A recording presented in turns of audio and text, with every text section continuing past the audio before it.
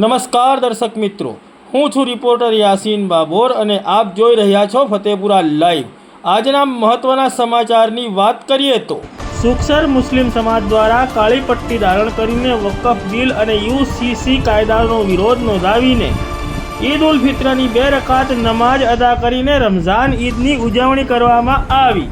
તારીખ 31 માર્ચ 2025ના રોજ ફતેપુરા તાલુકાના સુખસર ખાતે સુખસર મુસ્લિમ સમાજ દ્વારા કાળી પટ્ટી ધારણ કરીને વકફ બિલ અને યુસીસી કાયદાનો વિરોધ નોંધાવીને ઈદગાહ ખાતે ઈદ ઉલ ફિત્રની 2 રકાત નમાઝ અદા કરીને ઈદ ઉલ ફિત્ર એટલે કે રમઝાન ઈદની ઉજવણી કરવામાં આવી।